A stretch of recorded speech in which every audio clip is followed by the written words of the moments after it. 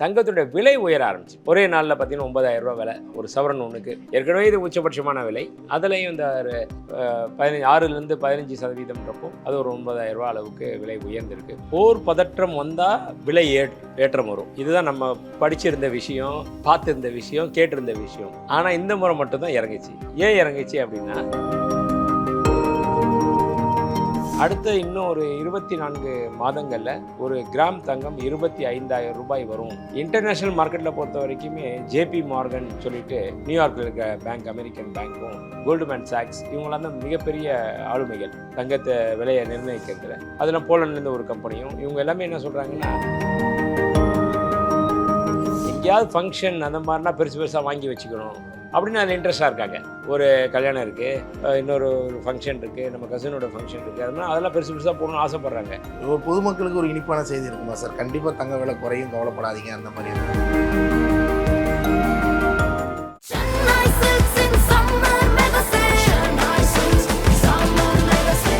The Chennai Silks in Mega Summer Sale. Periyar Maniamma Institute of Science and Technology, Tanjavur. AAA with specialization in electric vehicles and energy engineering. Summer வந்தாச்சு. What's your plan for this holiday? எங்க கிட்ட விட்டுருங்க, நாங்க பாத்துக்கிறோம். VGT Holidays. GT Holidays, South India's #1 travel brand. வணக்கம் sir. வணகம் sir, சமீப காலமாக தங்க விலை சீராக இருந்துட்டு வந்துச்சு. இப்போ திடீர்னு பார்த்தோன்னா தங்க விலை ஏறுது அப்படிங்கிறப்ப கிட்டத்தட்ட மத்திய அரசு ஒரு 15% இறக்குமதி வரி போட்டதுனால தான் அந்த ஒரு விலையேற்றம் அப்படின்ட்டு. இது எந்த அளவுக்கு உண்மை சார்? உண்மைதான். அதுக்கு முன்னாடியே பார்த்தோம்னா ஒரு முதல்ல இருந்து ஒரு 2 மாதமாக பார்த்தீங்கன்னா தங்கத்தினுடைய விலை வந்து பெரிய அளவுக்கு ஏற்றமும் இல்லை, பெரிய அளவுக்கு இறக்கமும் இல்லை, அதனால் ஏமாற்றமும் இல்லை. ஆமாம், அந்தளவுக்கு இருந்துக்கிட்டு இருந்துச்சு. ஆனால் இப்போது இது வரைக்கும் பார்த்திங்கன்னா இந்த ஏற்றம் இறக்கம் எதனால் அப்படின்னா, சர்வதேச அளவில் ஒரு பேசும் பொருளாக இருக்கும். அங்கே ஏதாவது ஒரு விஷயம் நடந்துச்சுன்னா அதனால் பாதிப்பு. அங்கே ட்ரம்ப் பதவி விட்டார், அதனால் தங்க விலை ஏறிச்சு. ட்ரம்ப் ஒரு அறிக்கை விட்டார் அப்படின்னா தங்க விலை ஏறிச்சு. அப்புறம் அமெரிக்காவுடைய ஃபெடரல் ரிசர்வ் வங்கி வந்து தன்னுடைய வைப்பு நிதிக்கான வட்டி விகிதத்தை உயர்த்தினாங்க அப்படின்னா தங்க விலை குறையும். அங்கே வந்து வட்டி விகிதத்தை குறைச்சிட்டாங்க அப்படின்னா இன்வெஸ்டர்ஸ் எல்லாம் கோல்டில் வந்துடுவாங்க. ஷேர் மார்க்கெட் டவுன் ட்ரெண்டில் போச்சுன்னா உடனே தங்கத்தோட விலை ஏறிச்சு. வேலைவாய்ப்பு இல்லாமல் இருந்துச்சு, வேலைவாய்ப்பு அப்படியே ரொம்ப இதாக இருந்துச்சுன்னா தங்கத்தோட விலை ஏறிச்சு. இந்த மாதிரி பல்வேறு காரணங்கள் போர் மூண்டுச்சு அப்படின்னா தங்கம். ஆனால் முதல் முறையாக இந்த ஒரு 1.5 வருடங்களில் கடைசியில் பார்த்தோம்னா முழுக்க நம்ம இந்திய சந்தையில், இந்திய அரசியலில் ஏற்பட்டக்கூடிய மாற்றம் தங்கத்தை வந்து நிர்ணயிச்சிருக்கு அப்படின்னு சொல்லலாம். தங்க விலையை நிர்ணயிச்சிருக்கு அப்படின்னு சொல்லலாம். என்ன மாற்றம் அப்படின்னு சொல்லி பார்த்தோம்னா, திடீர்னு 2 நாளுக்கு முன்னாடி நமது பாரத பிரதமர் நரேந்திர மோடிஜி அவர்கள் வந்து ஒரு அறிக்கை வெளியிட்டாங்க. அவங்க ஜென்ரலாக விட்டுருக்காங்க. என்ன அப்படின்னு சொல்லி பார்த்தோம்னா, யாரும் சுற்றுலா போகணுமா, நீங்கள் ஒரு வருஷத்துக்கு தள்ளி போடுங்க. கல்யாணம் பண்ணணுமா, அது வந்து அதுவும் வெளிநாடுகளில் போய் டெஸ்டினேஷன் வெட்டிங், அதை தள்ளி போடுங்க. எரிபொருளை ரொம்ப மிச்சப்படுத்துங்க.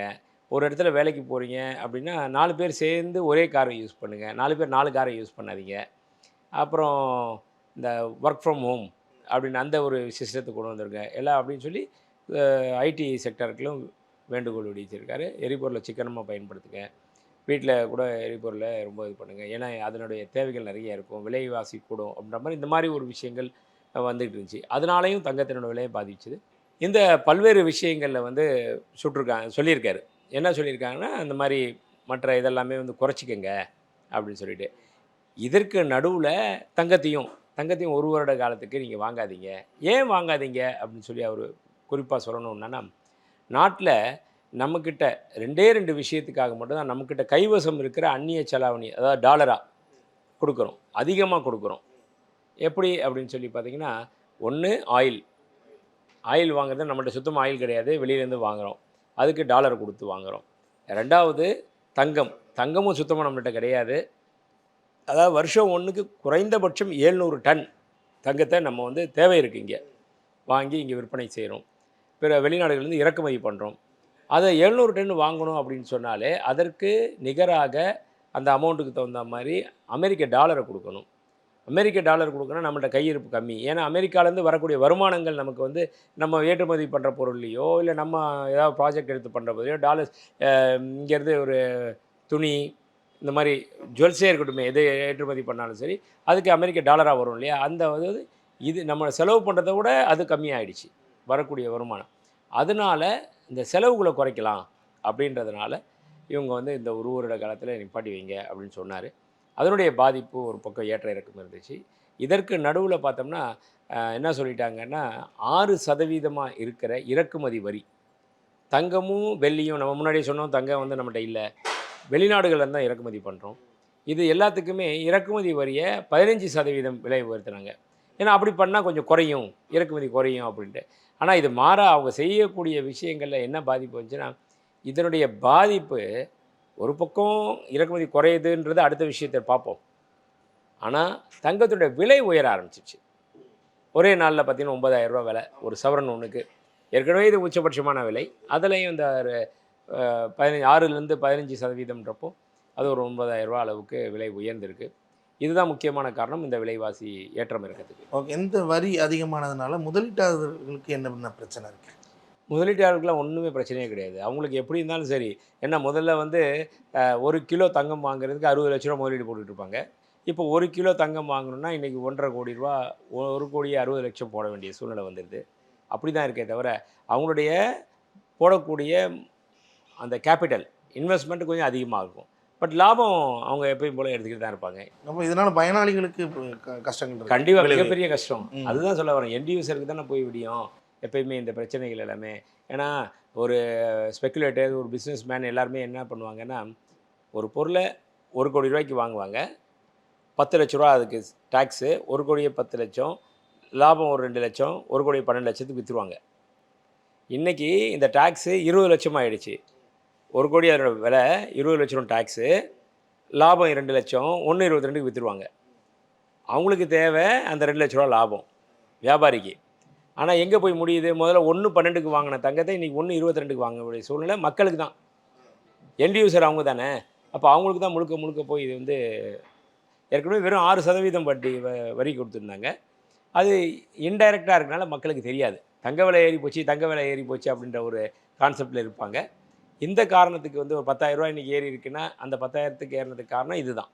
Okay sir. இப்போ இந்த மாதிரி சூழ்நிலை கண்டிப்பாக இல்லீகலாக தங்கம் எடுத்துகிட்டு வர்றவங்களுக்கு கண்டிப்பாக பயங்கரமாக அதிகரிக்கும்னு நினைக்கிறேன். லாபம் அதிகரிக்கும். அவங்களுக்கு என்னென்னா, இப்போ இன்றைக்கி ஒரு பேச்சுக்கு சொன்னோம்னா 1,65 லட்ச ரூபா. இந்த 65 லட்ச ரூபான்றப்போ இவனுக்கு ஒரு 15% இம்போர்ட் டியூட்டி இல்லாமல் இருந்துச்சுன்னா 15% அவனுக்கு லாபம். அப்போ 15%னா 22.5 லட்ச ரூபா ஒரு கிலோ ஒன்றுக்கு பேக்டோர் வழியாக வரக்கூடிய தங்கம். இதனால் கள்ள சந்தையில் வரக்கூடிய தங்கம் அதிகரிக்கும். இனி இப்போ தான் சமீப காலமாக அந்த கள்ளச்சந்தையிலேருந்து வர்றது, தங்கம் கடத்துறதுலாம் குறைவாக இருந்துச்சு. இதுக்கப்புறம் ஏன் குறைவாக இருந்துச்சுன்னா இவங்க இம்போர்ட் டியூட்டியை குறைச்சிருந்தாங்க, அதனால் குறைவாக இருந்துச்சு. திருப்பி இப்போ ஜாஸ்தியாச்சு, அவன் வேறு ஒரு ரூட்டை கண்டுபிடிச்சி இறக்குமதி பண்ணிகிட்டே இருப்பான். போர் பதற்றம் வந்தால் விலை ஏற்றம் வரும். இதுதான் நம்ம படிச்சிருந்த விஷயம், பார்த்துருந்த விஷயம், கேட்டிருந்த விஷயம். இறங்கிச்சு. ஆனால் இந்த முறை மட்டும்தான் இறங்கிச்சு. ஏன் இறங்கிச்சு அப்படின்னா, இந்த போர்னால் பாதிப்பு வந்து ஆயில் ப்ரைஸு ஈரான் தான் நமக்கு வந்து சப்ளை கொடுக்குறது ஆயில் எல்லாமே, அங்கேருந்து தான் வரது. நம்ம அந்த ஆயில் வரல, நெருக்கடி வந்துருச்சு அப்படின்னு ஆயிலுடைய ப்ரைஸ் விலை உயர ஆரம்பிச்சிது. இந்த நீங்கள் சொன்னீங்கல்ல, இந்த பிக் இன்வெஸ்டர்ஸ், முதலீட்டாளர்கள் இவங்களாம் என்ன பண்ணாங்க, அவங்களுக்கு வந்து எப்பயுமே என்ன எது நல்லா பர்ஃபார்ம் பண்ணுதோ அந்த துறையில் ஒன்று ஷேர் வாங்கணும், இல்லை ரியல் எஸ்டேட் வாங்கணும், இல்லாட்டி இந்த மாதிரி கனிமத்தடை எது இருக்கோ அதை பண்ணணும். அப்படி வரும் பட்சத்தில் இந்த வாட்டி தங்கத்தை விட ஆயிலோட ப்ரைஸ் உயரும், டிமாண்ட் வந்துருச்சு அப்படின்னால அதில் எல்லாம் இன்வெஸ்ட் பண்ணாங்க. ஆயில் ப்ரைஸ் கூடிச்சு, தங்கம் விலை குறைஞ்சிது. அதுதான் அந்த காரணம். அப்புறம் போரை நிப்பாட்டினதுக்கு ஒன்றுமே நடுவில் பேச்சுவார்த்தைன்னு வந்துச்சு இல்லையா, வந்தவொடனே பார்த்தீங்கன்னா திருப்பியும் அந்த ஆயில் ப்ரைஸ் ஓரளவுக்கு இதாச்சு, தங்கத்தினுடைய விலை படிப்படியாக கூடுச்சு. இந்த மாதிரி விலை அப்பப்போ இதுக்கு ஒவ்வொருத்துக்கும் ஒவ்வொரு காரணங்கள், ஒவ்வொரு விஷயங்கள் வர வர மாறுதல்கள் வந்துக்கிட்டு இருக்கு. Okay sir. இந்த இப்போ ஈரான் போர் பதற்றம்லாம் முடிஞ்சிட்டுல, இதுக்கப்புறம் தங்க விலை பிரச்சனை வராமல் இருக்குமா? இல்லை, அது சொல்ல முடியாதுல்ல, இன்னும் முழுக்க முடியலையே. 100% பக்காவாக முடிஞ்சிச்சு, போர் நிறுத்தம் வந்துருச்சு அப்படின்னு சொல்லணும் இல்லையா. அதனால் அந்த விஷயங்கள் தேவைப்படும். ஃபுல்லாக முடிஞ்சதுன்னா ஒரு கால் ஃபுல்லாகவே முடிஞ்சிச்சு அப்படின்னா அது இந்த பாதிப்பு இல்லை அப்படின்னா தங்கத்தினோட விலை கொஞ்சம் கொஞ்சமாக திருப்பியும் உயர ஆரம்பிச்சு. இப்போ திரு மோடிஜி அவர்கள் இந்த 10 இது நமக்கு பார்த்த உடனே ஒரு சின்ன பயம் வந்துச்சு. ஒரு லாக்டவுன் அந்த மாதிரி ஒரு செகண்டரியாக வச்சுக்கிட்டு எப்போவுமே அவர் அப்படி தான் பண்ணுவார். டக்குன்னு உடனே ஒன்றை சொல்லிட மாட்டாங்கன்னு நம்ம பார்க்குறோம். அப்படிங்கிறப்ப எதுவும் பண்ணாதீங்க, எதுவும் வாங்காதீங்க அப்படிங்க எந்த அளவுக்கு சார் தங்கம் வாங்குறவங்க உங்கள் முதலீடு? தங்கத்துக்காக மட்டும் இல்லைங்க. நான் எப்படி பார்க்குறேன்னா, ஒரு பொருளாதார ரீதியாக பார்க்க போனோம்னா, இன்றைக்கி வந்து இந்த ஆயில் ப்ரைஸ் ஒரு பிரச்சனை. பெட்ரோல் விலையும் டீசல் விலையும் விலை ஏற்றவே இல்லை கடந்த நிறைய நாட்களாகவே. ஆனால் இப்போது வந்து க்ரூட் ஆயில் ப்ரைஸ் ஏறி இருக்குது எக்கச்சக்கமாக. $60 இருந்து $110 $120 கிட்ட போயிடுச்சு. அப்படின்ற பட்சத்தில் இது வந்து பெட்ரோல் விலையும் டீசல் விலையும் விலை ஏற்றத்துக்கு முன்னாடி இருக்கிற ஒரு முன்னோட்டம் அப்படி தான் நினைக்கிறேன். ஆனால் இதுக்கு பின்னாடியே இந்த பெட்ரோல் ப்ரைஸும் டீசல் ப்ரைஸும் அப்புறம் எரிவாயு ப்ரைஸையும் நிச்சயமாக விலை ஏற்றிடுவாங்க அப்படின்னு தான். அதுக்காக தான் இந்த நீங்கள் லாக்டவுன் நீங்கள் சொன்னீங்க இல்லையா, இது லாக்டவுனில் விலையேற்றத்துக்கு முன்னாடி வரக்கூடிய விஷயம் தான் நான் நினைக்கிறேன். Okay sir. இப்போ இந்த மத்திய அரசு தான் இந்த வரி ஏற்றத்தினால இந்த விலை ஏற்றத்துக்கு காரணம் அப்படின்றீங்க. அப்படிங்கிறப்ப நீங்கள் ஒரு டிமாண்ட் வைக்கலாம்ல, நம்ம இந்திய கவர்மெண்ட் தானே, இப்போ வெளிநாட்டு கவர்மெண்ட்டில் நம்ம டிமாண்ட் வைக்க முடியாது. இந்திய கவர்மெண்ட்கிட்ட இப்படி பண்ணால் அடிப்படை மக்கள் வாங்குகிற மக்கள்லாம் பாதிக்கப்படுவாங்க, நாங்களும் பாதிக்கப்படுவோன்னு அந்த மாதிரி டிமாண்ட் வைக்க முடியுமா? வைக்க முடியும். ஏன்னா இந்திய பிரஜையாக இருந்தால் நம்ம எது வேணால் நம்மளுடைய கருத்தை தெரிவிக்கலாம். அது அரசாங்கத்துக்கு நல்ல விஷயமா இருந்தாலும் சரி, அவங்க செய்யக்கூடிய விஷயங்கள் அடுத்த விஷயம் பார்க்குறதுக்கும் விட்றோம். இது மாதிரி பல விஷயங்கள் ஏற்கனவே நாங்கள் அவங்களுக்கு கவனத்துக்கு கொண்டு வந்திருக்கோம். அதனுடைய விளைவாக தான் 15% 6% குறைச்சாங்க. முன்னாடி குறைச்சிட்டு திடீர்னு இந்த இடைக்காலத்தில் இது வந்து இந்த இறக்குமதி வரி கூட வந்து 31 மார்ச் 2027 வரைக்கும் தான், தற்காலிகமாக தான் அவங்க சொல்லியிருக்காங்க. அதுக்கப்புறம் திருப்பி ரெகுலராக வந்துடும் அப்படின்னு சொல்லியிருக்காங்க. அதனால் இதுவும் திருப்பி நாங்கள் விட மாட்டோம். அடுத்த கோரிக்கையை அவங்களுக்கு அதை சீக்கிரம் வாபஸ் வாங்கிடுங்க அப்படின்ற மாதிரி ஒரு கோரிக்கை விட தான் போகிறோம். இது எனக்கு பர்சனலாகவே ஒரு கேள்வி சார். அந்த பொலிட்டிக்கலில் இருக்கனால இப்போ ஏதாவது ஒரு விலை உயர்வு இந்த மாதிரி டேக்ஸ் போட்டாங்கன்னா எல்லா அந்தந்த சங்கங்கள் போராட்டத்தில் ஈடுபடுறாங்க. இந்த தங்க உரிமையாளர் சங்கங்கள் மட்டும் ஒரு பெரிய போராட்டம் முன்னெடுக்கிறதுக்கு இல்லை, என்ன காரணம்? போராட்டத்துக்கு வழி வகுத்துறீங்க போல இருக்கு.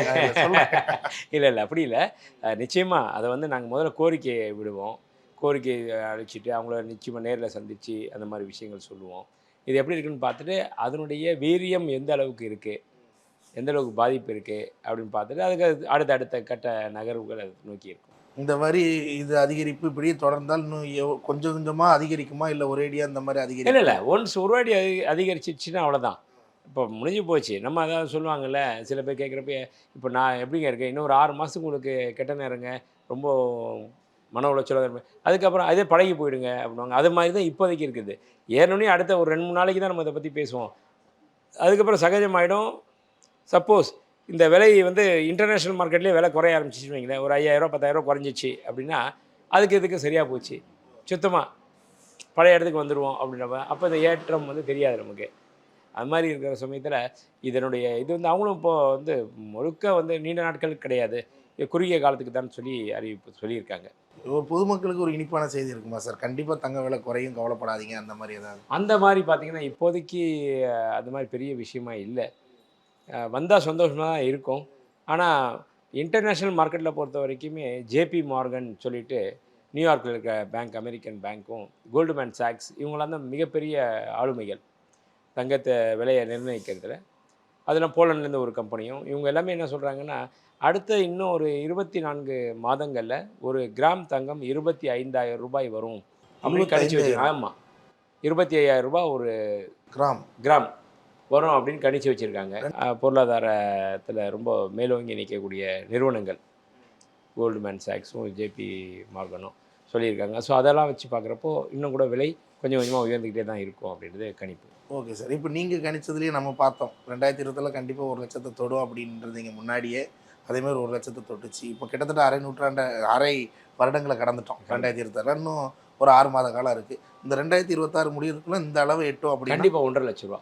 கண்டிப்பாக 1.5 லட்சம். ஒரு சவரன் 1.5 லட்ச ரூபான்றது வந்து எளிதில் வந்து அடைஞ்சிடும். கிட்டத்தட்ட அவங்க கணிச்சதுக்கும் நீங்கள் கணிச்சதுக்கும் பெரிய வித்தியாசம் எதுவுமே இல்லை. எனக்கு தெரிஞ்சு 25லேருந்து 20 அவ்வளோதான். ஆமாம் அந்த அளவுக்கு தான் டிஃப்ரெண்ட். நம்ம ஏற்கனவே சொல்லிட்டு தான் இருக்கோம். இந்த 27லேயே வந்து 1.5 லட்ச ரூபா ஒரு சவரன் அப்படின்ற இலக்கை வந்துடும் குறைந்தபட்சம். ஏன்னா இந்த ஒரு அப்ஸ் அண்ட் டவுன்ஸ் இல்லாமல் ஒரு இருக்கிறது வந்து 2 மாதம் ஆகிடுச்சு. இதுக்கப்புறம் கொஞ்சம் கொஞ்சமாக நகர்வு இருக்கும். அதுக்கப்புறம் அந்த டிமாண்ட் அண்ட் சப்ளை, இந்த கல்யாண காலங்கள் அந்த மாதிரிலாம் வர தங்கத்தோட விலை ஏறி அந்த அளவுக்கு வராது. இந்த விலை ஏற்றம் இறக்கம் இந்த மாதிரி பிரச்சனைகள்லாம் வர்றப்ப கஸ்டமர்ஸ் வர்றதுக்கு தயங்குறாங்களா? உங்களுக்கு அதனால பிஸ்னஸில் பாதிப்பு? ஆமாம், கண்டிப்பாக. எப்படின்னா விலை கொஞ்சம் ஓரளவுக்கு ஸ்டெடியாக இருந்துச்சுன்னா மார்க்கெட் நல்லாயிருக்கும், வியாபாரம் நல்லாயிருக்கும். இல்லைன்னா மக்கள் கொஞ்சம் வாங்கலாமா வேணாமான்னு இருப்பாங்களே, இன்னும் கொஞ்சம் குறைஞ்சி வாங்கலாமே அப்படின்னு சொல்லிட்டு வெயிட் பண்ண ஆரம்பிச்சிருவாங்க. அந்த மாதிரி பார்க்க போனால் விலை வியாபாரம் வந்து கொஞ்சம் கம்மியாக தான் இருக்கும். இப்போ போன மாதத்தில் அக்ஷய திருதி அந்த டைமில் கூட எல்லாரும் சொன்னது தங்க கடையில் அந்த அளவுக்கு வியாபாரம் இல்லை. அக்ஷய திருதி வியாபாரம் நல்லா இருந்தது. ஆனால் கம்பேர்ட் வித் லாஸ்ட் இயர் சொல்ல போனால் ஒரு 30% 40% கம்மியாக தான் இருந்துச்சு. ஓகே, இனி வரும் காலங்களில் அந்த தங்கத்தோட டிமாண்ட் மக்கள்கிட்ட எப்போ போதும்பா, இது ஏதோ 1 கிராமோ 2 கிராமோ அதுலேயே செயின் போட்டுக்கலாம், கல்யாணத்துக்கு இவ்வளோலாம் பண்ண வேண்டாம் அப்படிங்கிற காலமும் மாறுறதுக்கான வாய்ப்பு இருக்கா? கண்டிப்பாக மாறும். ஏன்னா இப்போ இருக்கிற ஜென்ரேஷன் இருப்பாங்க பார்த்தீங்களா, அவங்களாம் என்ன பண்ணுறாங்கன்னா கோல்டை வந்து பெருசாக விரும்ப மாட்றாங்க. நீங்கள் சொன்ன மாதிரி லைட் வெயிட் 2 கிராம் 3 கிராம் தான் போடுறாங்க. ஆனால் அவங்களுமே இன்னொரு விஷயத்தில் என்ன பண்ணுறாங்க, எங்கேயாவது ஃபங்க்ஷன் அந்த மாதிரினா பெருசு பெருசாக வாங்கி வச்சுக்கணும் அப்படின்னு அதில் இன்ட்ரெஸ்டாக இருக்காங்க. ஒரு கல்யாணம் இருக்குது, இன்னொரு ஃபங்க்ஷன் இருக்குது, நம்ம கசினோட ஃபங்க்ஷன் இருக்குது, அது மாதிரி அதெல்லாம் பெருசு பெருசாக போடணும்னு ஆசைப்பட்றாங்க. மற்ற நேரங்களில் மெல்லிஸாக போடணும் அப்படின்னா அப்போ என்னென்னா அவங்களுடைய சேமிக்கணுன்ற பழக்கம் இருக்குது. அது மட்டும் இல்லாமல் டிஜி கோல்டாகவும் வாங்குகிறாங்க நிறைய பேர். அந்த மாதிரி ஸ்கீமில் போட்டுக்கிட்டு இருக்காங்க, சிட்டு ஸ்கீமில் போட்டுக்கிட்டு இருக்காங்க, காயினாக வாங்கி வச்சுறாங்க, பாரா வாங்கி வச்சிடுறாங்க. இந்த மாதிரி நிறைய விஷயங்கள் போய் இந்த மாதிரி ஒரு ட்ரெண்ட் செக்டர்னால உங்களுக்கும் வியாபாரம் பாதிக்கும் தானே, சின்னதாக போட்டுக்கலாம் அப்படிங்கிற. அதனால தான் இன்னொரு விஷயத்தையும் நான் சொன்னேன், எப்பயுமே நெகட்டிவ் மட்டும் பார்த்துக்கிட்டே இருக்கக்கூடாது. நெகட்டிவ்லேயும் அதுலேயும் என்ன பாசிட்டிவ் கிடைக்குது. நான் இன்னொரு விஷயம் சொன்னதில் பாருங்கள், அவங்க ரொம்ப சின்னமாக போட ஆரம்பிக்கிறாங்க. ஆனால் ஏதாவது ஃபங்க்ஷன் வந்தால் பெருசு பெருசாக போட்டுக்கணும்னு சொல்லிட்டு வாங்கி வச்சுக்கிறாங்க, இன்வெஸ்ட் பண்ண. எங்களுக்கு தேவையான வியாபாரம் கிடைச்சிருதில்ல, பெருசு பெருசாக வாங்கி வச்சிடுறாங்க. அந்த மாதிரி சேர்க்கணுன்ற பழக்கத்தில் காயின் வாங்குறாங்க, டிஜி கோல்டில் இன்வெஸ்ட் பண்ணுறாங்க, நகையாக வாங்கி வச்சுக்கிறாங்க. ஆனால் அவங்க வந்து தினப்படி யூஸ் பண்ணுறது சிம்பிளாக இருக்காங்க. அப்படி ஒரு இதில் நான் பார்த்துருந்தேன், முன்னாடி பெண்கள் ஆண்கள் எல்லாருமே கொஞ்சம் தங்கம் வாங்குறதுக்கு இருப்பேன். இப்போ ஆண்கள் இந்த விலையேற்றத்தெல்லாம் பார்த்துட்டு ஆண்கள் சுத்தமாக தங்கம் வாங்குறதே நிறுத்திட்டாங்க. அப்படிலாம் இல்லை. இப்போ எல்லாருமே பார்த்தீங்கன்னா நிறைய பேர் அதை எப்பயுமே அந்த காலத்துலேருந்து இந்த காலம் வரைக்கும் ஆண்கள் பெண்கள்லாம் கிடையாது. ஒரு பொருளாதார கண்ணோட்டத்தோடையும் ஒரு இன்வெஸ்ட்மெண்ட் ஆங்கிளையும் பார்க்குறப்போ லேடிஸாக இருக்கட்டும் ஜென்ஸாக இருக்கட்டும், சில வீட்டிலலாம் லேடிஸ் எனக்கு தெரிஞ்சு எத்தனையோ வாடிக்கையாளர்கள் லேடிஸுங்களுக்கு இன்ட்ரெஸ்ட் இல்லாமல் இல்லைங்க இருக்கட்டும் போதும் அப்படி வீட்டுக்கார் சொல்லுவார், எடுத்துக்கம்மா 5 சவரன் இல்லை 10 சவரனா எடுத்துக்கோ இவங்க எனக்கு வேணான்னுவாங்க. அப்படி சொன்னவங்க எல்லாமே அடுத்த 5-10 வருஷம் கழிச்சு அன்றைக்கே எங்கள் வீட்டுக்காரர் சொன்னார், எடுத்துருந்தா இன்றைக்கி ரேட்டு ஏறி போயிடுச்சு அப்படின்னு தான் சொல்கிறாங்க. அதனால் சில பேர் தான் அந்த இன்ட்ரெஸ்ட் இருக்கவங்க எந்த காலத்தில் இருந்தாலும் சரி, ஒரு சவரன் 1 லட்ச ரூபா போனாலும் சரி அவங்க வாங்குறதை நிப்பாட்ட மாட்டாங்க, வாங்கிட்டு தான் இருப்பாங்க. ஏன்னா இன்னும் அதுக்கப்புறம் ஏறும் அப்படின்னால. ஏற்கனவே சார் ஒன்றும் இல்லை சார், 20,000 ரூபா 30,000 ரூபாய்க்கெலாம் வாங்கின தங்கம்லாம் இருக்குது இல்லையா, அவங்களும் இன்றைக்கி அவங்களோட மதிப்பு என்னாச்சு, 1,20,000 ரூபா, வெறும் 20,000 வாங்கினது 1,20,000, 1 லட்ச ரூபா லாபம் கிடைக்கிதுல்ல. அதை பார்த்தவங்க திருப்பி சரி வாங்கலான்னு வாங்கிட்டு இருக்காங்க. அது என்ன காலம் இருக்க வரைக்கும், இந்த உலகம் இருக்க வரைக்கும் இன்னும் சொல்ல போனால் தங்கத்தினுடைய மதிப்பு குறையாது, நாளுக்கு நாள் உயர்ந்துக்கிட்டு இருக்கும். அது மேலே இருக்கிற அந்த ஆசையும் சரி அந்த விஷயமும் குறையாது. இப்போ இந்த 15% வரி கண்டிப்பாக குறையிறதுக்கு வாய்ப்பு இருக்கா? இப்போ இன்னும் கொஞ்சம் காலங்களில் அடுத்த வருஷம் குறையலாம். அடுத்த வருஷம் இன்னும் ஒரு 6 மந்த்துக்கு இது 6 மந்த்துக்கு இது தான் இருக்கும் நீடிக்கும். ஓகே, நன்றி சார். நன்றி.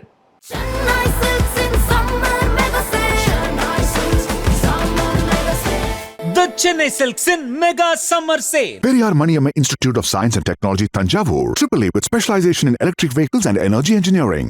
சம்மர் வந்தாச்சு. What's your plan for this holiday? எங்க கிட்ட விட்டுருங்க, நாங்க பாத்துக்கிறோம். VGT Holidays. GT Holidays, South India's #1 travel brand.